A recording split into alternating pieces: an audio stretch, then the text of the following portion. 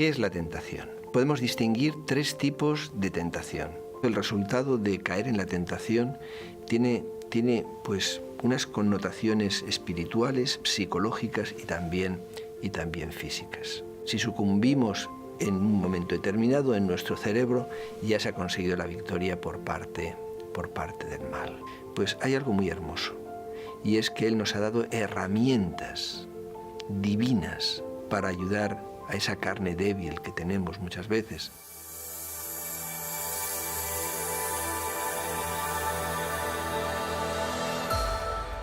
Soy Antonio Martínez y soy psicólogo y pastor. Y vamos a hablar en esta ocasión sobre un tema que entiendo que es muy importante, la tentación. De hecho, es un tema que nos acompaña desde el mismo principio de la humanidad. ¿Qué es la tentación? La tentación es un impulso hacia algo que no es bueno, que nos va a producir daño si sucumbimos a ella, y que en muchas ocasiones no solo nos va a hacer daño a nosotros, sino también a otras personas. Puede ser la familia, pueden ser otras personas. Los engaños, la deshonestidad, la desconsideración, tantas y tantas cosas a las que a veces nos sentimos impulsados. Bueno, pues eso es la tentación. Vamos a analizar algunos aspectos espirituales, psicológicos y me atrevo a decir también que neuropsicológicos de la tentación.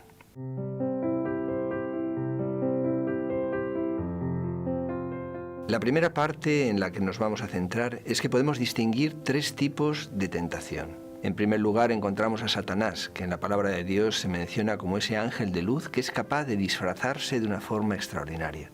De hecho, ya lo hizo en el Edén. Fue el primer disfraz que vemos en la historia. También otras personas. A veces la tentación nos viene dada por otras personas. Y ahí tenemos el ejemplo de la mujer de Potifar, cuando estaba tentando a José para que cayera en pecado con ella. A veces incluso otras personas nos presentan la tentación de una forma grupal. Y hemos podido ver a lo largo de las Escrituras cómo pues, se dan situaciones como las de los antidiluvianos, la Torre de Babel, Sodoma y Gomorra, y en diferentes momentos. Incluso la palabra de Dios nos habla de que en los últimos días habría tentaciones que vendrían de una forma grupal. De hecho, se comparan estos últimos días con los días de Noé. Hay un texto bíblico en la palabra de Dios, en Proverbios 2, donde se nos dice: no vayas de camino con ellos. Y también nosotros mismos, nuestros hábitos, nuestras tendencias, nuestros deseos. Eso lo podemos leer en la palabra de Dios en Santiago 1 y en Efesios 2:3, donde se habla de los deseos de la carne. Pareciera que hay unos impulsos que surgen desde nuestro interior y que nos llevan muchas veces a hacer cosas que son incorrectas. Es importante, después de mencionar estos tres orígenes de la tentación, Satanás, los demás o nosotros mismos, que Dios queda absolutamente descartado como fuente de la tentación. Sabemos que en Santiago 1 se menciona que Él no tienta a nadie. Más bien todo lo contrario, Él es el que limita la tentación, porque en 1 Corintios 10:13 se nos dice, Pablo nos lo refiere, que Dios no permitirá que seamos tentados más allá de aquello que podemos resistir.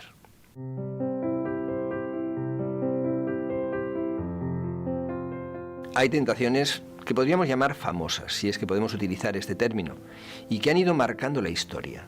Tenemos, por ejemplo, la tentación a Adán y Eva, primero Eva, tentada por la duda y la ambición, y después Adán.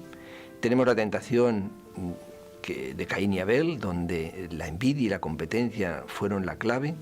Los hijos de Dios que fueron tentados, atraídos por la belleza de las hijas de Caín. O tenemos tentaciones a veces realmente impresionantes, terribles, como la de Jacob con su padre. Recordaremos, es uno de los relatos más duros que podemos encontrar en las Escrituras. De hecho, personalmente cuando leo ese texto me quedo impresionado por el daño cerebral que debió producir en Jacob el caer en ese pecado. Podemos ver en el texto bíblico, en Génesis 27, cómo él se disfraza de Esaú, se pone una piel velluda, porque Esaú era más velludo que él era más bien lampiño, y entonces cómo el padre, para dar su bendición, lo tantea, lo palpa, y realmente duda reiteradamente. Y en diferentes momentos Jacob llega a decir: Padre, yo soy. Y a cada yo soy yo creo que debió ser de un daño tremendo para el propio Jacob. Engañar a su padre ciego, suplantando la personalidad, la persona de su hermano. realmente es un ejemplo muy claro del daño interior que puede producir el pecado en las personas. Hay otros ejemplos, como el ejemplo de David y Betsabé, cuando él fue tentado a cometer ese adulterio, o José con la mujer de Potifar, que antes mencionábamos, ¿verdad? Donde la sensualidad, el sexo, pues han sido los instrumentos para la tentación. De hecho, la sexualidad ha sido una herramienta de tentación a lo largo de los siglos. Y ahí vemos pornografía, prostitución, películas, libros eróticos, etcétera, que han sido instrumentos para llevar a cometer malas acciones y a dañarse las personas por ese medio. Hay que decir que las tentaciones suelen relacionarse con tres aspectos muy concretos, muy bien definidos. Son la sensación, la posesión y la posición. Prácticamente todas las tentaciones que podemos recibir persiguen aportarnos o queremos recoger sensaciones o alcanzar cosas que poseemos o alcanzar posiciones. De hecho, si pensamos en Jesús, ¿verdad? Cuando fue tentado en el desierto, fue tentado precisamente en esas tres direcciones: el apetito, las posesiones y la posición. Las tentaciones, el salir victoriosos de las tentaciones o el sucumbir a ellas, de alguna forma han cambiado la historia. Los casos que hemos mencionado y otros muchos que se podrían citar nos lo muestran. Y podemos decir también que nuestra propia historia, la nuestra, la mía personal y la de cualquiera de nosotros, pues ha venido marcada por si hemos sido capaces de superar ciertas tentaciones o si hemos sucumbido a ellas. Como conclusión de este apartado podríamos decir que el pecado daña por fuera y por dentro, a nosotros en primer lugar y alrededor de nosotros. Por lo tanto, como decimos, marca nuestra vida, marca nuestro futuro, marca nuestras posibilidades y marca incluso también nuestra utilidad en el mundo en el que vivimos.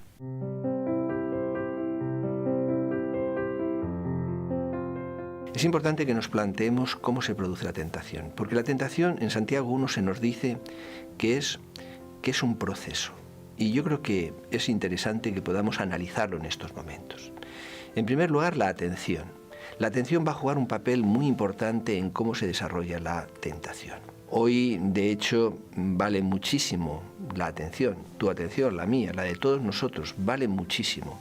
Porque la atención va a ser el primer paso para que nosotros podamos consumir, y estamos en una sociedad de consumo materialista, y entonces la atención vemos por todos los medios, a través de la publicidad, carteles, programas televisivos, mil aspectos y mil ángulos se intenta captar nuestra atención. Dios nos llama a prestar mucha mayor atención, dice en Hebreos 2, porque Él sabe que si prestamos atención a Él y a su verdad, estamos protegidos de poner la atención en otras cosas que muchas veces nos pueden perjudicar. Vamos a ir analizando algunos aspectos relacionados con la atención y otros mecanismos mentales que intervienen en la tentación.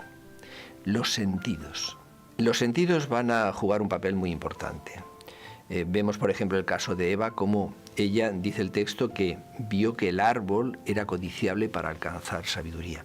Los sentidos ya jugaron ahí un papel muy importante. Los sentidos tienen una forma de actuar. Cuando nosotros vemos un estímulo y ese estímulo entendemos que nos puede ser agradable, entonces nuestros sentidos intentan aproximar el estímulo tanto como puedan a nosotros. Si pensamos en los sentidos, ¿cuáles son los que trabajan a mayor distancia? Sin duda son la vista y el oído. Después ya es el olfato, el tacto y finalmente el más íntimo es el gusto. Pues vamos a poner un ejemplo.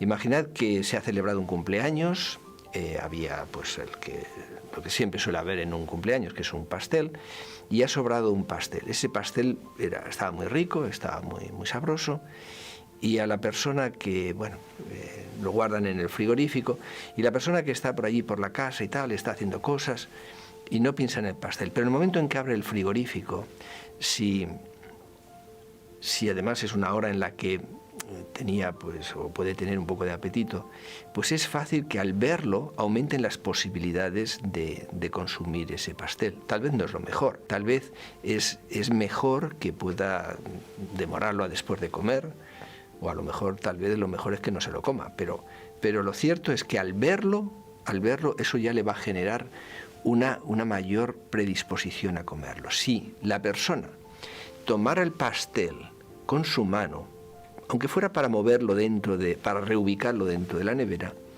en cuanto lo toque, va a ser más fácil. Ya no digamos si le da por probar un poquito. Luego los sentidos van a jugar un papel, como decimos, muy, muy importante en cómo reaccionamos ante la tentación. Hay también un aspecto que podríamos decir a nivel neuropsicológico que es importante también que tengamos en cuenta. Sabemos que tenemos unas amígdalas, que no son las amígdalas evidentemente del cuello, sino las amígdalas cerebrales, y hay un circuito que recibe el nombre de dopaminérgico. Cuando nosotros vemos eso que nos puede ser agradable, entonces hay una zona que se llama área tegmental ventral y también la sustancia negra, pero sobre todo el área tegmental ventral que empieza a segregar dopamina. O sea, yo veo algo que me gusta, algo que me atrae y empiezo a segregar dopamina. Esa dopamina va a estimular un núcleo muy importante en nuestro cerebro que recibe el nombre de núcleo accumbens. Es algo tremendamente importante esto. Este punto, ese núcleo accumbens, recibe el nombre de núcleo del placer. Y también se le llama botón de compra. Fijémonos qué nombre tan interesante. O sea, cuando se estimula ese botón, nosotros nos sentimos impulsados. Se transmite un mensaje a nuestro córtex prefrontal y entonces nos sentimos inclinados a adquirir aquello que nos puede gustar. Bueno, hay que decir que cuando entramos en una situación de una gran superficie, en un sitio donde se venden cosas y tal, pues prácticamente hay muchas cosas diseñadas para que nuestro núcleo accumbens se vea estimulado y por lo tanto caigamos o procedamos a un consumo. Los deseos de la carne siguen este proceso. Esos deseos de la carne que mencionábamos de Efesios 2, pues siguen ese mismo proceso. También hay que decir que funciona con las cosas buenas. Podemos sentirnos atraídos por algo que es bueno y entonces, pues también igualmente vamos a tener una secreción de dopamina, se va a estimular ese núcleo accumbens, se va a mandar un estímulo a la corteza prefrontal y vamos a ver cómo conseguimos eso que ya digo puede ser algo bueno. Lo que ocurre es que cuando es algo malo, se va a generar también otro mecanismo mental que es muy importante. Es una especie de distorsión. Había un autor, Aaron Beck, que ya hablaba de estas distorsiones que a veces se pueden producir a nivel cognitivo, y hay una concretamente que se llama maximización, minimización. Es una distorsión en la que a veces caemos las personas, con mucha frecuencia, por cierto, y en este caso, cuando son cosas negativas, podríamos ilustrarlo con unos prismáticos. Imaginémonos unos prismáticos. Nosotros sabemos que cuando miramos de una forma normal por los prismáticos, las cosas aparecen más cerca y más grandes. Cuando nosotros le damos la vuelta, aparecen más lejanas y más pequeñas. Pues bien, utilizando este símil de los prismáticos, cuando nos sentimos tentados por algo bueno, la tentación en este caso sería para algo malo, es como si en nuestra mente se pusieran los prismáticos al revés y vemos las cosas como pequeñitas, no tiene mayor importancia. Después de tanto, pues si hago esto tampoco tiene mayor trascendencia. Sin embargo, cuando caemos en esa tentación, cuando hemos cometido ese acto o lo que sea que no es bueno para nosotros ni para los demás, entonces Satanás consigue darle la vuelta a esos prismáticos y entonces nos trae aquello que hemos hecho, aquello que hemos cometido, aquello que hemos pensado, la actitud que hayamos tenido, como algo realmente muy malo. Porque él siempre se mueve buscando no solo el sentimiento de culpa, que eso sería lógico cuando hemos cometido un error, sino una culpabilidad que nos oprima y no nos permita el arrepentimiento e ir hacia adelante. Bien, esto es algo que tenemos que ser conscientes de que ocurre y también es importante en relación con la tentación y con estas situaciones que estamos mencionando, el papel de la excepción. La excepción podemos decir que es el mayor enemigo de la decisión. No hacía falta que Eva se diera, permitidme decirlo de esa manera, un atracón del fruto prohibido, solo bastaba con uno. Si sucumbimos en un momento determinado en nuestro cerebro, ya se ha conseguido la victoria por parte por parte del mal. En Santiago 1 habla precisamente, antes lo mencionamos, ese proceso, ¿no? Cómo se va gestando y cómo se produce el pecado. Finalmente, el resultado del pecado es la muerte.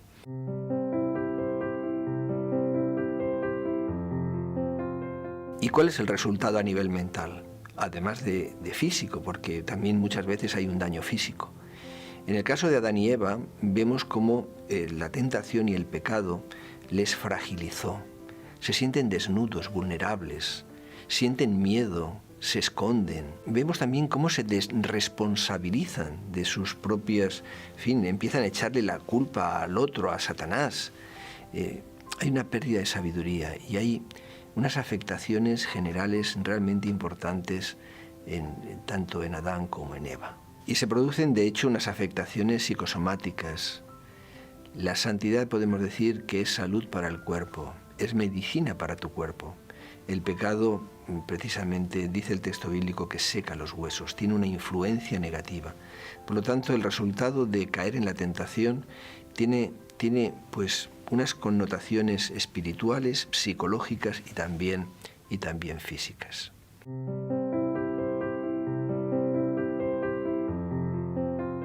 Por lo tanto, la tentación podríamos equipararla a una señal de peligro, porque sus consecuencias son muy malas para nosotros. Y por eso Jesús nos exhorta. Jesús llega a decir que el espíritu a la verdad está dispuesto, no queremos caer en ciertas cosas, pero dice él, mas la carne es débil. Y al hilo de estas palabras de Jesús, quizás sea también interesante que digamos que hay ciertos potenciadores que hacen que la carne sea más débil, que podamos tener más posibilidades de caer en la tentación y cometer el pecado. Y son tres aspectos muy bien definidos y perfectamente estudiados. Uno es el estrés, otro es el aburrimiento y otro es el cansancio. En cualquiera de estas circunstancias estamos más frágiles, somos más vulnerables para cometer errores de los cuales luego pues podamos o debamos arrepentirnos.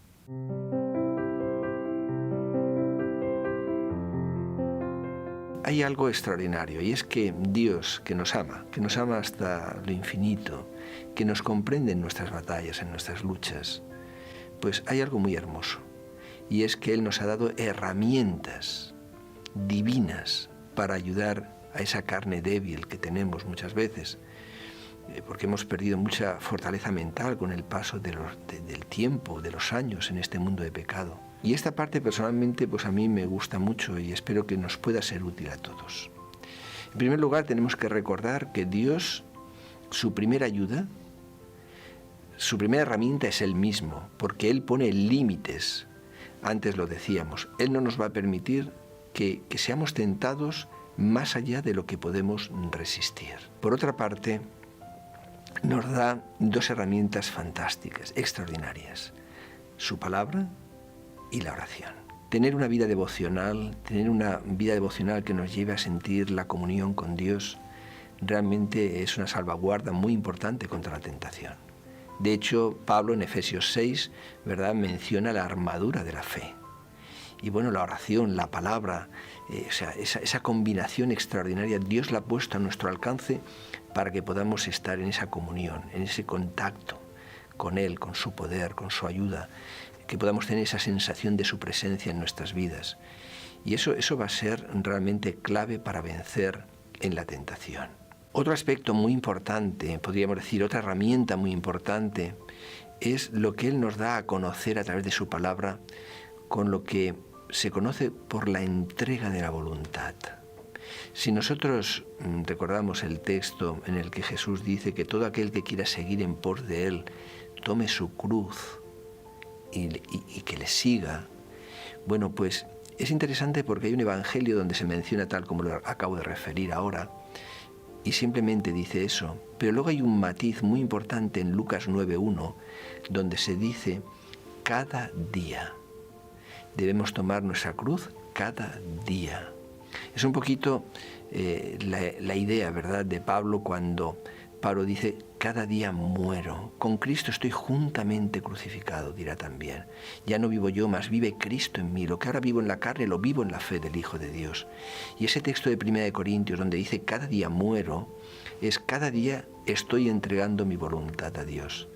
Cada día le estoy pidiendo que su voluntad sea mi voluntad. Y esa entrega de la voluntad, que podemos expresarla de una forma muy concreta. Podemos, por ejemplo, en el inicio de la mañana, decirle, Señor, yo sé que tú no me vas a forzar, que tú no vas a forzar mi voluntad, que tú respetas mi libertad totalmente. Pero yo te doy permiso, te pido que transformes mi voluntad en este día, que no pueda desear aquello que tú no deseas que desee. Quiero que mis deseos coincidan con tu voluntad. Y cuando nosotros le pedimos eso a Dios, Él lo hace. Hay un himno que dice muy bonito, que dice, toma, oh Dios, mi voluntad y hazla tuya nada más.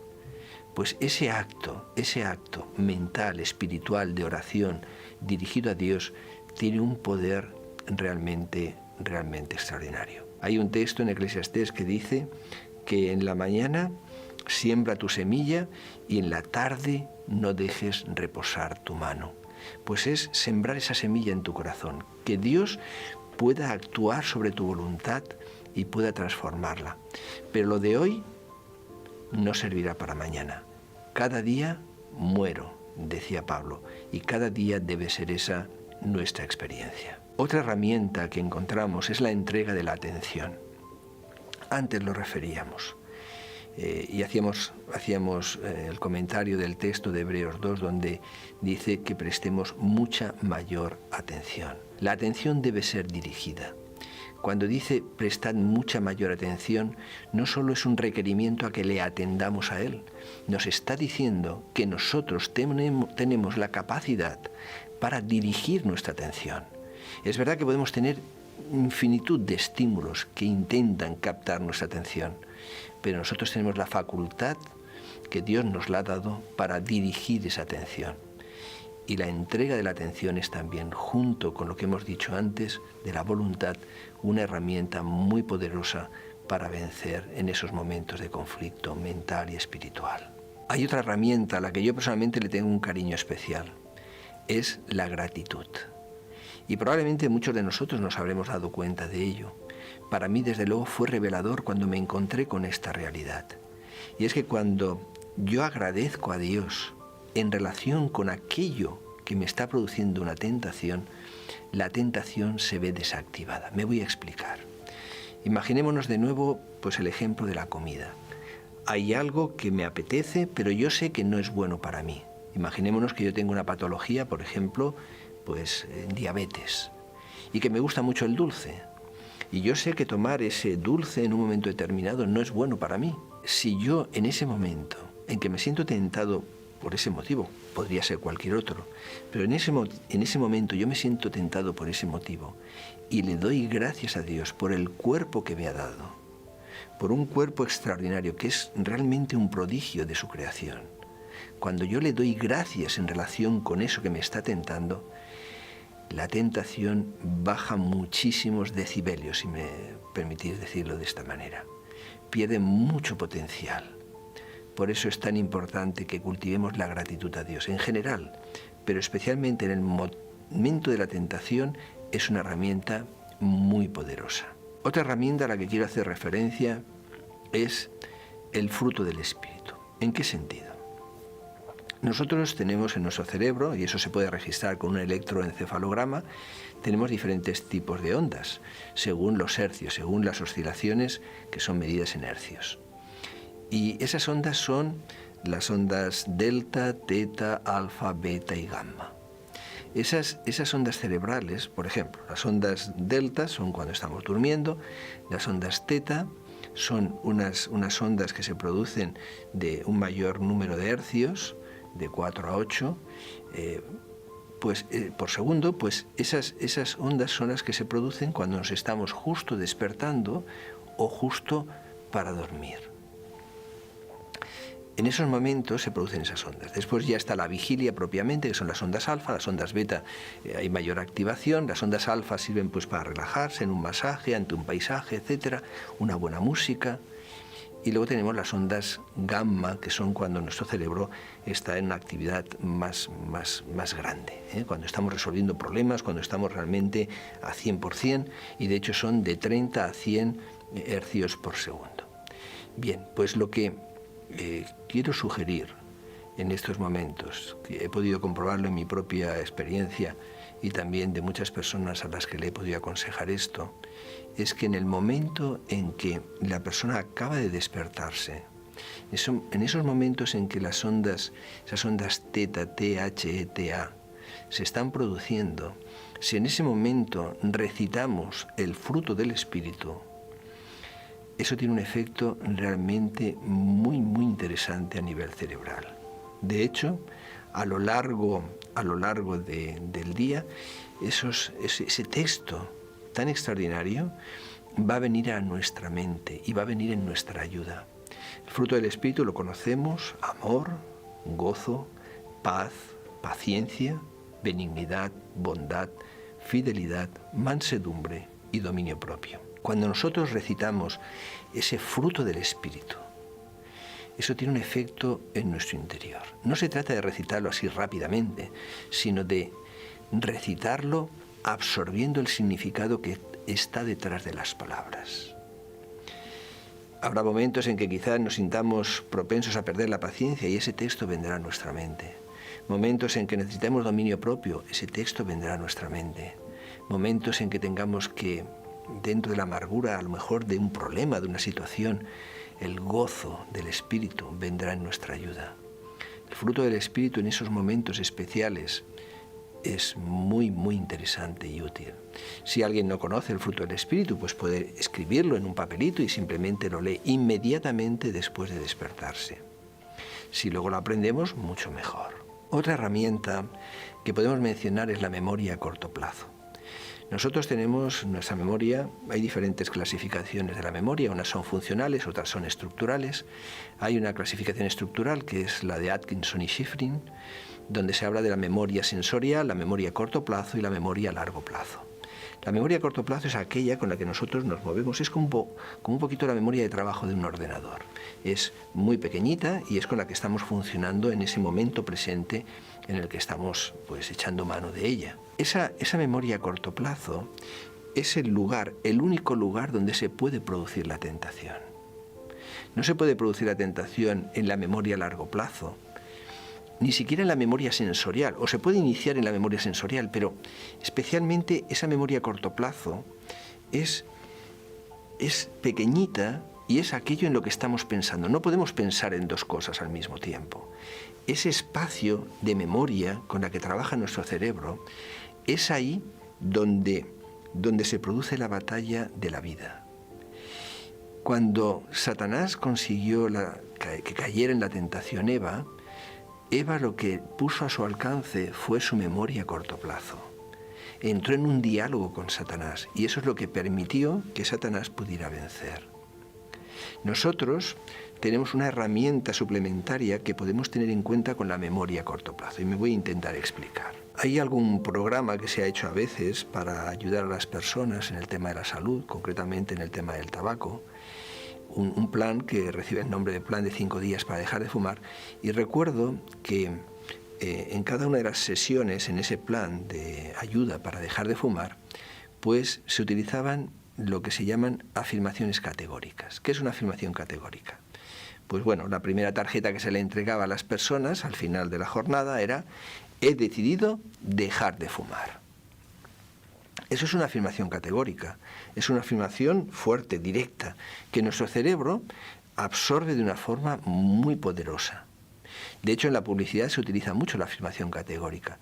Y es que nos cuesta creer que nos puede alguien engañar si se dirige a nosotros de una forma categórica, con convicción. Es, por lo tanto, un argumento recurrente. Nosotros podemos utilizar afirmaciones categóricas. Ahora, eso sí, tienen que ser afirmaciones categóricas que sean verdad.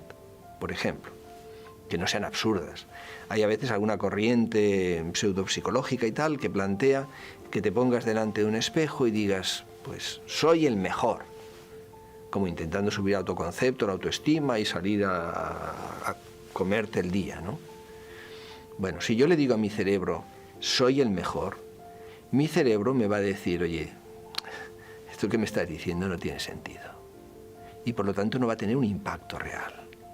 Pero si yo le pongo a mi cerebro afirmaciones categóricas que son ciertas, eso tiene un poder tremendo contra la tentación.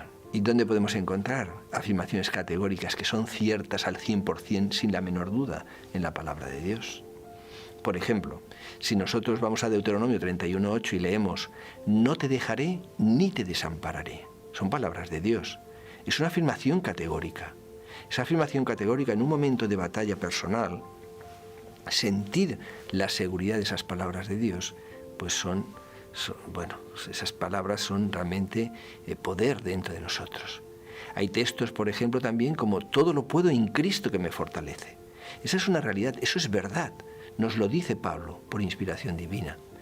Por lo tanto, estamos utilizando esa afirmación categórica y estamos llenando nuestra memoria a corto plazo con esa información categórica. Eso es realmente poderoso. Pensemos que incluso Jesús en las tentaciones, en el desierto, utilizó afirmaciones categóricas. No tentarás al Señor tu Dios. Eso era una afirmación categórica. A tu Dios adorarás y a Él solo servirás. Es otra afirmación categórica. No solo de pan vive el hombre. O sea que vemos que el propio Jesús utilizó esto.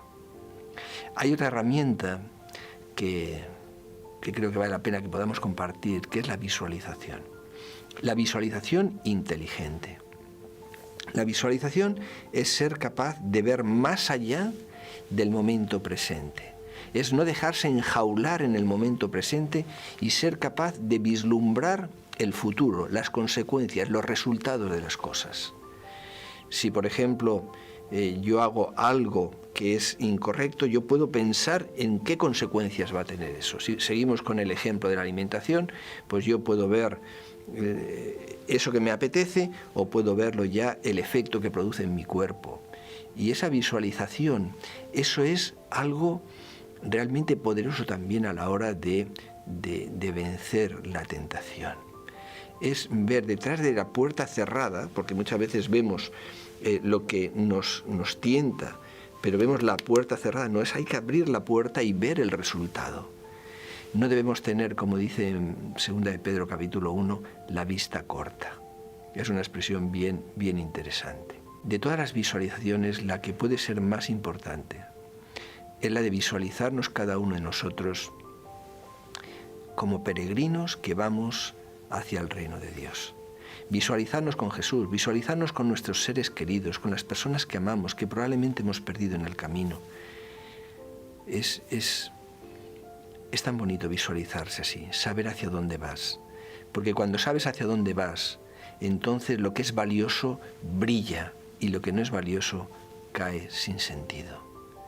Y eso cuando tienes diferentes influencias y tentaciones, pues realmente es de una gran utilidad esa visualización.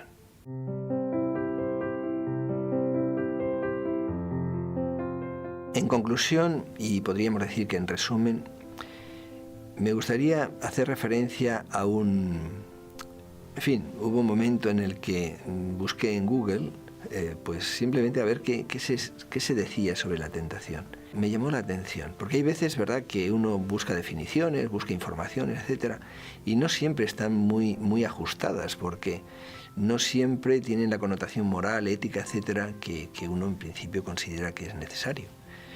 Pero en este caso, cuando leí acerca de la tentación, leí lo siguiente. La tentación es una incitación para pecar y seguir a Satanás en lugar de Dios. Parte de la experiencia de esta vida es aprender a vencer la tentación y escoger el bien sobre el mal. Realmente me pareció extraordinaria la definición, porque es difícil mejorarla.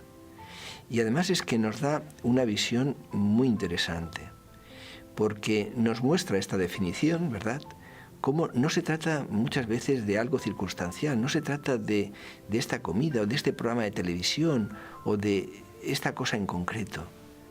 En esta definición se menciona que es un tema de elección. Y estoy totalmente de acuerdo. La palabra de Dios lo expresa así. No se trata de un cigarro, de alcohol o de cualquier otra cosa, ya digo, un programa de televisión que no sea lo más correcto. Se trata de una elección entre Dios y el bien y el mal, el enemigo de las almas, que es Satanás. Entonces, realmente debemos ser muy conscientes de esto. Tenemos que tener presente que como respondamos a esa elección, a esa tentación, eso va a determinar el curso de nuestra historia personal y a veces, muy probablemente, la de nuestra familia y de personas con las que nos relacionamos.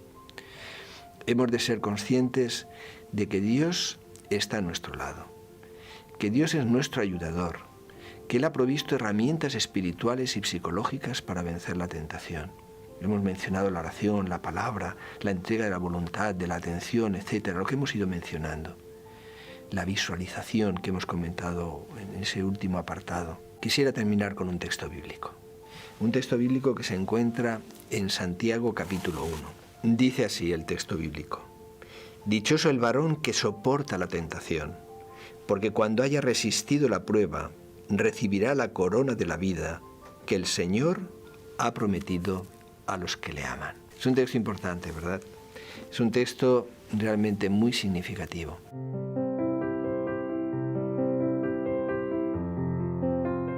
Aunque también se nos dice, Juan nos lo comenta, estas cosas os escribo para que no pequéis, pero si pecáis, abogado tenemos para con el Padre en Jesucristo el justo.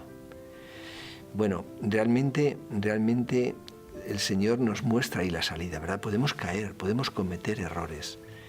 Y bueno, tenemos un abogado delante del Padre que es Jesucristo. Pero siempre que podamos vencer en la tentación, con las herramientas que Él nos ha dado, vamos a tener más felicidad, nosotros mismos y también las personas que nos rodean. Y nuestro Dios sin duda se sentirá reconfortado, como le ocurre a un padre que ve la buena elección de un hijo. Y ya como síntesis final, no olvidemos, Dios está a este lado de la tentación para ayudarte y para ayudarme, y al otro lado para abrazarte, para abrazarme con gozo en la victoria.